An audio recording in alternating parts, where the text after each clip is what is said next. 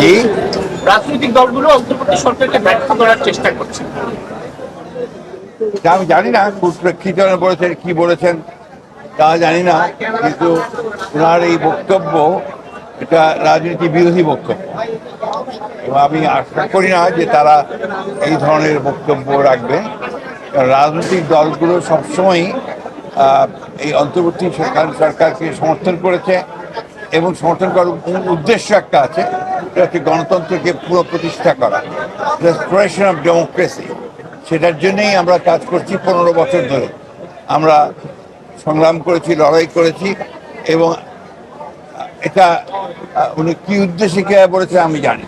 মাননীয় মহাসচিব, বাংলাদেশ ভারত যে সম্পর্কের মধ্য দিয়ে যাচ্ছে, গতকালকে একটি লং মার্চ করেছে আপনাদের অঙ্গ সংগঠনরা, এই সমস্যার সমাধান কিভাবে বাংলাদেশ আলোচনার মধ্যে দিয়ে তো সমাধান হবে, এগুচ্ছে তো।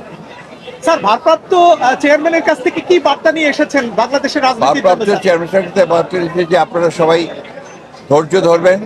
একটা বিশাল বিজয় সূচিত হয়েছে জনগণের, এই বিজয়কে ফলপ্রসূ করতে হলে অবশ্যই সবাইকে ধৈর্য ধরে কাজ করতে হবে, এবং গণতন্ত্রকে পরিষ্কার করতে হবে, এবং গণতন্ত্রের যেটা প্রথম পদক্ষেপ ফটক, সেই ফটকে যে নির্বাচনের জন্য সবাইকে প্রস্তুতি নিতে হবে। উনি কবে নাগাদ দেশে ফিরবেন এটা নিয়ে ইঙ্গিত দিয়েছেন? ওনার যখন সুযোগ হবে, অর্থাৎ আপনার মামলা মোকদ্দমাগুলো শেষ হয়ে চলে যাবে। Thank you, sir. স্যার, আরেকটা বিষয় সেটা হচ্ছে আপনারা নির্বাচনকে প্রাধান্য দিচ্ছেন সংস্কারের চেয়ে, এমনকি অন্তর্বর্তী সরকার এই ধরনের ধারণাটা সম্পূর্ণ ভুল। আমরা 2 বছর আগে সংস্কারের কথা বলেছি, 31 দফা সংস্কার দিয়েছি।